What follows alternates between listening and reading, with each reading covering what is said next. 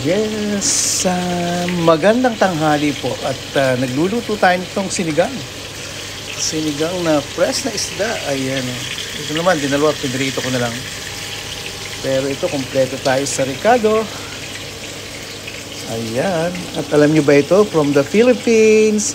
Ito po yung, what do you call that? Ano nga ba tawag dito? Kalamyas. Ayan, ito po yung kalamyas. Thank you kay Kuya Ernie. At yan po, nagagamit ko na. Ngayong Biyernes, February 7. Napakabilis po ng panahon. Kaya talagang magluto po tayo ng masasarap na pagkain. Pilitin nating mga gulay at saka isda para po sa ating kalusugan habang tayo bumabata. Lagyan pa natin ng kaunti nito. At napakasarap po nito.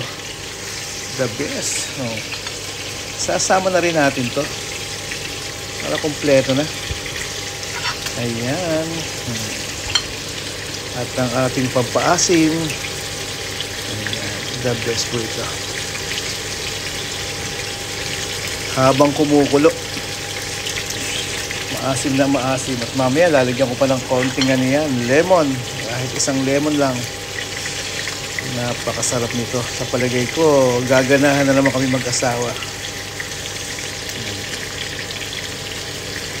Ayan.